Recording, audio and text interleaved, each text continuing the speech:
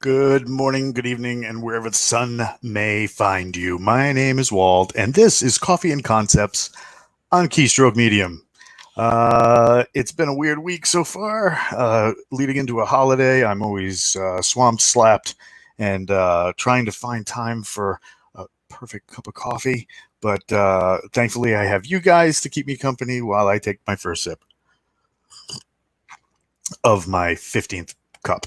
Uh, so for our coffee this morning, we have uh, in the last couple, I wanted to do an exploration of a couple of different coffees that people might not have seen before. And one of the ones that was mentioned in the last show was Vietnamese and Thai style coffees. I'm dying to showcase a couple of Vietnamese coffees because they're really interesting, a lot of fun, and definitely worth your time to check out if you're into more than just the same old brew. So Vietnamese coffee, the standard type, is made with something called a Phin. It's kind of like a cross between a pour over and a French press. They're really, really neat. Not that expensive. So this particular one is from Nguyen Coffee Supply, and they're out of New York. Really cool company, really fun owner of the company. Posts a lot of blog posts, stuff like that. Excuse me. The allergies are after me. This what you see here is called a Phin. It's kind of like a hybrid coffee maker, almost like a combination French press and pour over. And the way this works is you have this first piece right here, which looks like an inverted plate or tea saucer with some holes in it.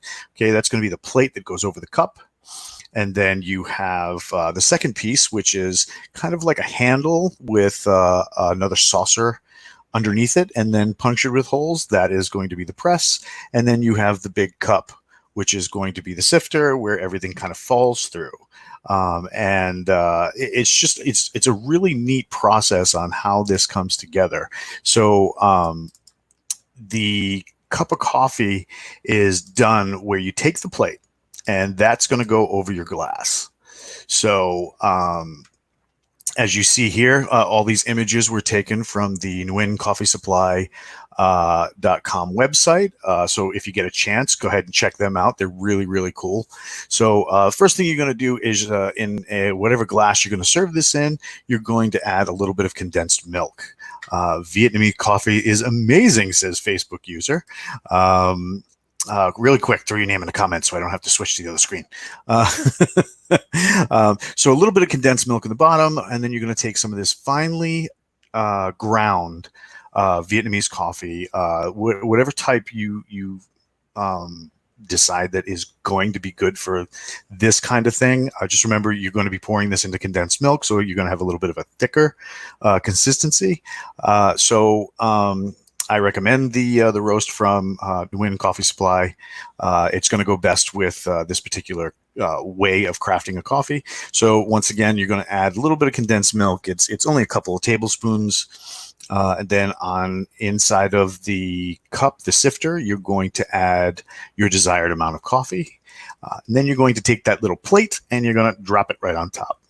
Then you're going to take like a pour over method, and you're going to very evenly pour water, the desired amount of water. I believe if you want a strong Vietnamese coffee, you want to go for about 3 ounces. If you want a slightly more relaxed taste to your Vietnamese coffee, 4 to 6 ounces. I wouldn't go over 6 ounces. With the level of milk that you're going to find in there, it's going to be too thin, and you're not really going to get the taste that this coffee is known for. So drop that little plate on top, the desired amount of water, steadily, just like a pour over, where you're going to keep an even amount of water on top. You don't want it to be one side or the other. That little plate will tip, and then not all the coffee will get infused the right way. So then once that is all that water is in there, you're just going to let it sit. It usually takes about 45 seconds to a minute for the coffee to start dripping through to keep everything warm. This is the cover, and that cover goes right on top. and just let it sift through. Takes about, hey, William Joseph Roberts, saying morning, bro. And no, this one is a Vietnamese coffee. So then you're going to let this sift through. It's going to take about 2.5, 3 minutes to sift through. You're going to come out with about a 6-ounce coffee once it hits the condensed milk. And then there's 3 major ways to try this kind of coffee. You can try it just as it is, hot. You can try it without the condensed milk, where it's just the coffee itself. Because you don't have a paper filter in this, just be aware it's going to have a highly oily consistency. It's going to have a really robust flavor, but just understand that you're going to have that deeply intense coffee oil kind of floating on top and making everything really intense. And then the other way to serve this, which a lot of people really enjoy, and this is one of the ways that you're going to find this mostly at a restaurant, is over ice. So you're going to take the coffee concoction that you have here. Some people add regular milk, about a quarter of a cup, into a glass, and then this concoction is stirred together and then poured over some ice cubes, and there you go. You have a cold Vietnamese coffee. So if you want to take a look at one of the trying one of these yourself, if you go over to our friends, well, they're not really our friends. I mean, in today's day and age, do we really have friends? But anyway, you're going to go over to nguyencoffeesupply.com. You can purchase all of this stuff right on the website. It's fairly inexpensive, very moderately priced, especially for high-end single-source coffee. You can get a coffee and filter kit for less than $30. You can try this yourself. It's really a fun time. If you've never had a Vietnamese coffee, it's kind of like one of those experiences, like when you do a French press or you do a pour over for the first time. It's a lot of fun. It's fun to experiment when you have people over, and it's something that you're not going to necessarily see all over the place. So yeah, absolutely give this a try. So we will put the website in the notes, and that way you guys can track that stuff down on your own. Now, to our concept. Last week we were talking about if you were into writing and you're writing fiction and you wanted to do something nice for your patrons, your backers, your ARC readers, and you wanted to go the way of the tabletop role-playing game, what's some of the ways that you can start that process moving along? So now we're going to flip the coin and look at the other side. So that being the case, you did it. You wrote an RPG supplement. Yay! Now what are you going to do until that itch gets scratched again, needs scratching again? You're going to write a novel. Here's 5 things you should probably get into before you transition from writing RPGs to writing novels. First, lose the idea that you need to sound flowery to write a story, okay? How many times have we opened an RPG supplement of any type, superhero, fantasy, science fiction, and we get in a world or little is known about, even there is an air of mystery surrounding. All of this once upon a time language is rampant through many RPG writers. Box text, that's the stuff that you read to the people at the table. I've been guilty of it. I've done it myself. This especially happens when they're first starting out and they really haven't gotten into writing something for the sake of writing it and not just writing it at the table. This kind of language might be cool to start an adventure with if it's just at the table, but in writing fiction, you're going to need more dynamic and less purple language to get your points across. So leave out the "in the land beyond the narrow." We don't care. Give us something more. Give us something dynamic. Give us something to latch on to in rungs, in steps that lead us to the deeper part of the story rather than just in a world. Because if we want that, we can watch a trailer. Number two, novels are a place to explore and experiment. Many players come to the table when they first start out and they choose a character like they've seen in their favorite fiction.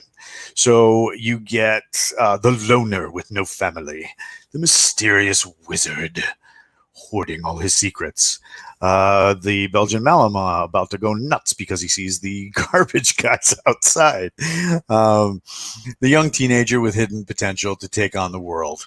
These are all fine and can be fun at the table, but you're going to need more than that and those kind of tropes if you want to write a story that people want to read. What about a werewolf with an inner ear issue? Wizard who failed chemistry but's great at death magic? What about a special operative who is a full-time mom, attends PTA meetings, but is great at baking muffins and baking plastic explosives into dishes to plant in plain sight?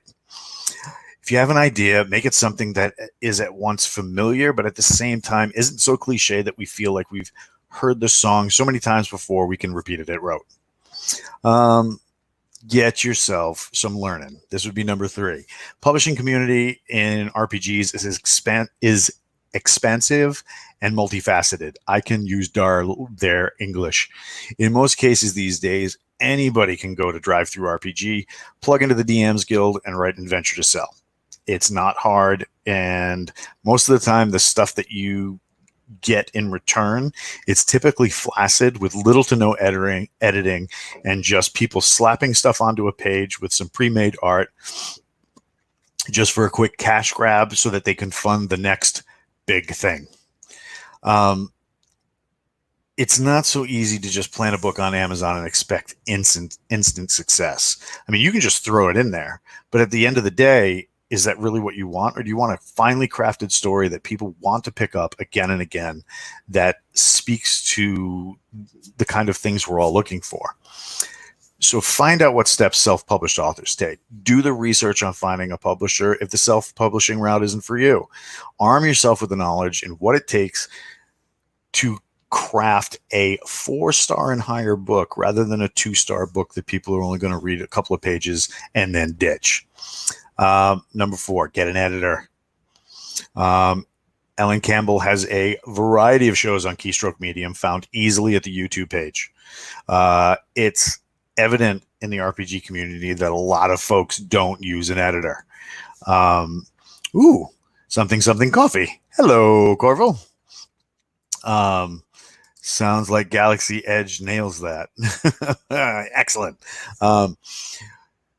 But it's evident that some folks in the RPG community don't use an editor, and those that do sometimes get their editing from their third cousin on their mother's side across from their sister's driveway who took that one class once. Once again, guilty as charged. Good editors carve out great stories. Great editors craft epic stories. Lauren and Kayleen on The Writer's Journey have several shows talking about editing, and along with Ellen, there's a treasure trove of knowledge just on Keystroke Medium. So take advantage of that. Find that editor. Find one with a working relationship that best suits you at the time of your writing, and then see what happens. The last thing you should definitely do before you venture from RPG writing to writing fiction: read a lot, and then read some more. Find books that you really get lost in, books that speak to you on some level, because those are the kinds of stories you're most likely to write. And in doing so, in the beginning, as practice, ape the style of some of your favorite writers until your own style develops out of that. It's kind of like the old saying that everyone, when fully trained, will be most like their teacher.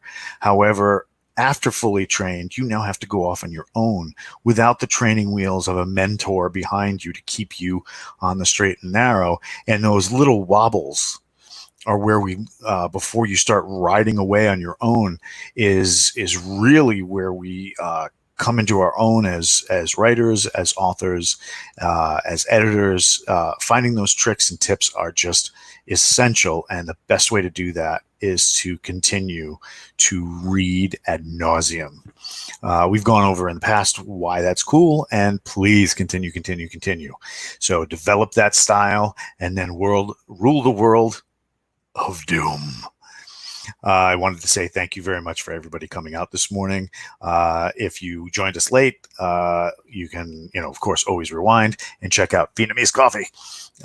And we'll catch you next time for some reading, writing, and a little bit more, such as on Mondays when Josh, Chuck, and Scott get together at 10 a.m. Eastern time, or, 11 a.m. Eastern time, or whenever their guests allow them to. And they're going to talk about whatever topic they feel is necessary and fun. Of course, Coffee and Concept, 7:30 a.m. Eastern time. To talk all of our caffeinated fun stuff. Thursday nights, we have Lauren and Kayleen diving deep into the subjects of what it takes to craft a fictional story these days and how best to do that. And last but not least, we have Josh Gayu doing long form. Joaquim Oliveira saying we need more RPG writers in the world. Yes. Josh Gayu doing long form storytelling on Keystroke Medium's YouTube channel, where they take a subject and really gnash it through the teeth for a couple of hours and tear through that subject so that at the end of their show, you feel like you got your money's worth. That being said, reading, writing, a little bit more, Keystroke Medium. Make sure like and subscribe down below. We are on a race of an epic challenge has been dropped for us to reach 1,000 subscribers by the end of the year. Please tell your friends, tell your friends, tell your brothers, mothers, sisters, cousins, friends. Do what you got to. Hit that like and subscribe button. Get us to 1,000 subscribers so that we can bring even more quality content to you right here on Keystroke Medium. Thank you and have a great morning.